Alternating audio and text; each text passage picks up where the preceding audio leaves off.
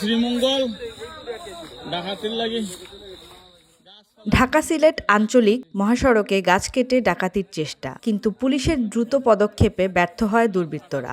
রোববার রাত 10:50 মৌলভীবাজারের শ্রীমঙ্গলের সাতগাঁও চা বাগান এলাকায় চা কন্যা ভাস্কর্যের কাছে এই ঘটনা ঘটে। তারা সব যাত্রীদের নিরাপত্তা দিবেন। পুলিশ জানায়, দুর্বৃত্তরা গাছ ফেলে যান চলাচল বন্ধ করে ডাকাতির প্রস্তুতি নিচ্ছিল, কিন্তু টহল পুলিশের উপস্থিতি টের পেয়ে তারা পালিয়ে যায়। পরে হাইওয়ে পুলিশ গাছ সরিয়ে সড়ক চলাচল স্বাভাবিক করে।